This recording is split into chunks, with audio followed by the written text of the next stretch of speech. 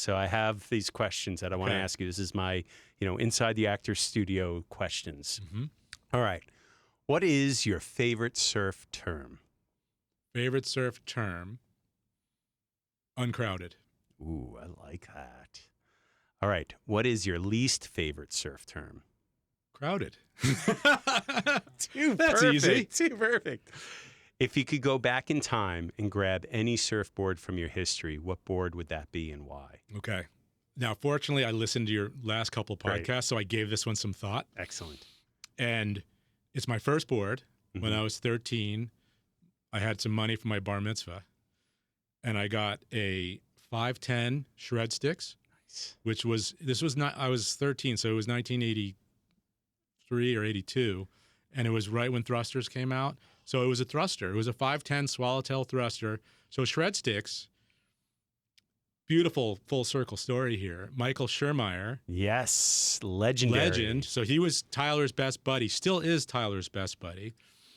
It was a 510. It was yellow. The bottom, it was all yellow, and it was a thruster. And I sold it, like a year or two later.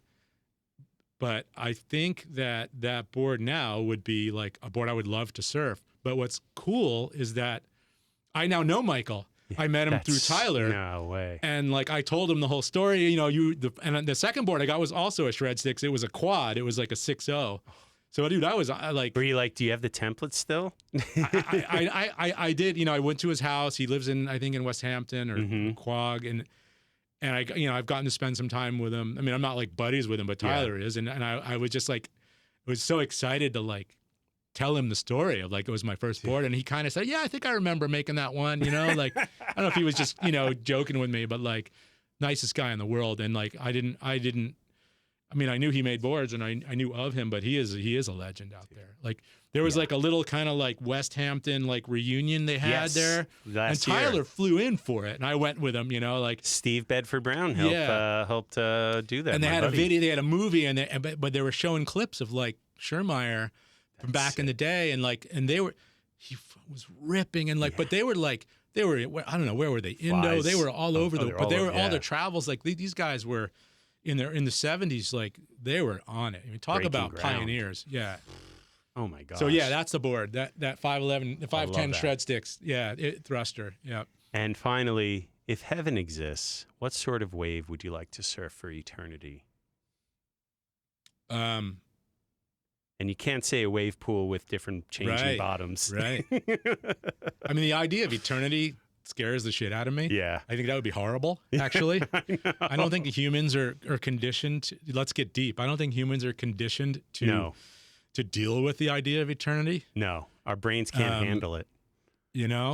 But like a wave that I like now, like I got to surf the wave pool in Brazil. The American Wave Machines won the club. Yeah.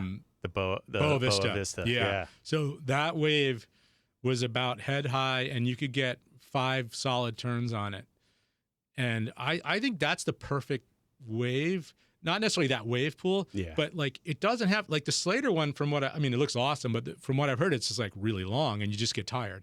Yeah. Like and it looks hard. To me, hard. Yeah. Like to me, a perfect wave in my ripe old age, or assuming that I'm 56 in eternity, like, and I'm not 26. Yeah. Like. Yeah, it's like a head high plus where it's got barrel sections, it's got a nice lip you can hit, and it's got a pocket. It's got like enough juice, like those days that happen in Jersey and Long Island like a couple times a year where it's still warm and it's like kind of thin-lipped but super like light juice. Offshore winds and like enough juice and just perfectly clean, like not a drop out of place days. Like that's the one, like the ones that keep you coming back.